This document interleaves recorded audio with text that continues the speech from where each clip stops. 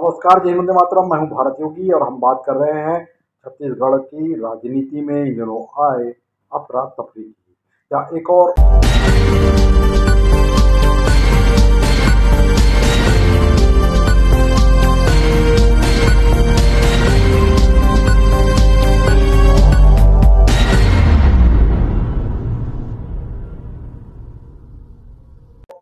भारत के यशस्वी प्रधानमंत्री नरेंद्र मोदी ने यहाँ पुलिस अधिकारियों की बैठक ली है। बहुत सी राज्यों के पुलिस अधिकारी भी इस बैठक में शामिल हुए थे। देश की सुरक्षा को लेकर बैठक हुई है। नक्सली जिस तरह बैकफुट में जा रहे हैं और हिड़मा की मौत के बाद ये भी लग रहा है कि नक्सली आंदोलन, जो नक्सलियों का सशस्त्र आंदोलन है, वो पूरी तरह चरमरा गया है और अब खत्म होने के कगार पर आ चुका है। जिस तरह से भारत के केंद्रीय गृह मंत्री अमित शाह ने वादा किया था, लगता है उनका वादा पूरा होने वाला है। उन्होंने तारीख भी बता दी थी कि नक्सलवाद कब तक खत्म हो जाएगा।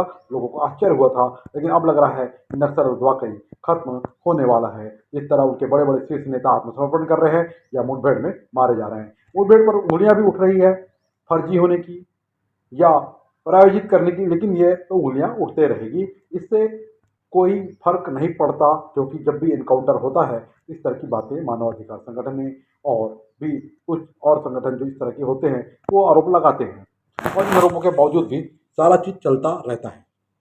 अब हम बात कर रहे हैं छत्तीसगढ़ में जो राजनीति गर्मा गई है। जोहार छत्तीसगढ़ पार्टी के प्रदेश अध्यक्ष अमित बघेल के एक बयान से, इस बयान के बाद से ही मारवाड़ी समाज और सिंधी समाज उनके खिलाफ आंदोलन कर रहा था और एफआईआर कर रहा था। तो ये मामला तो तुल पकड़ लिया और थानों में एफआईआर भी हो गई और मामला कोर्ट तक पहुंच गया, सुप्रीम कोर्ट तक। ये मामला जब पहुंचा तो सुप्रीम कोर्ट ने भी फटकार लगाई है। हालांकि छत्तीसगढ़ क्रांति सेना के सेनानी कह रहे हैं ये फटकार नहीं है, उन्होंने सारे मामलों को क्लब करने के लिए एक आवेदन लगाया था, तो वह आवेदन उनका खारिज हुआ है। हालांकि इससे भी वो संतुष्ट नहीं है। दूसरी ओर 5 तारीख को छत्तीसगढ़िया समाज पार्टी एक बड़ा रैली निकाल रही है जो गैर प्रांतवादियों के खिलाफ है और उनकी मनमानी के खिलाफ है। राज्यपाल को एक ज्ञापन सौंपने जा रहे हैं जो शायद अमित बघेल के लिए कोई राहत का पैगाम ला सकती है। हालांकि इसकी संभावनाएं बहुत ही कम है।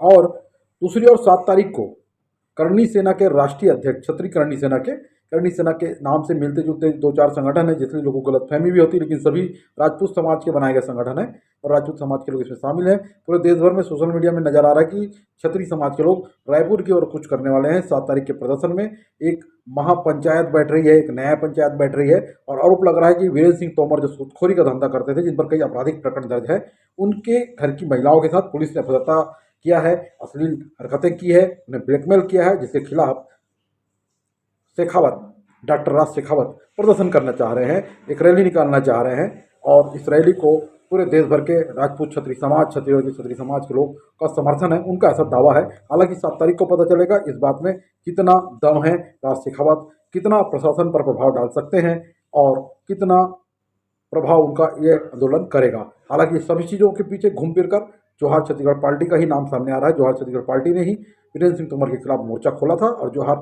छत्तीसगढ़ पार्टी के मोर्चा खोलने के बाद ही वीरेंद्र सिंह तोमर की फाइलें भी खुली थी। तो हम तो यही कहेंगे कि राजनीतिक संघर्ष चल रहा है, खींचतान चल रहा है, वहीं क्षेत्रीयवाद भी हावी हो रहा है। क्षेत्रीयवाद के लिए लोग जगह जगह से खड़े हो रहे हैं, लाल गमछा वाले हर जगह नजर आ रहे हैं। हम तो यही कहेंगे कि क्रांति तो होनी चाहिए, क्रांति किसी और से भी हो, क्योंकि क्रांति के बाद एक बड़ा ही परिवर्तन होता है और उस परिवर्तन का इंतजार हम सब करते हैं। जय हिंद, वंदे मातरम। मैं हूँ भारत योगी, आपके लिए इस तरह की खबरें लाता रहूँगा। बिना ताम झाम के हम आपके लिए खबरें लाते रहेंगे।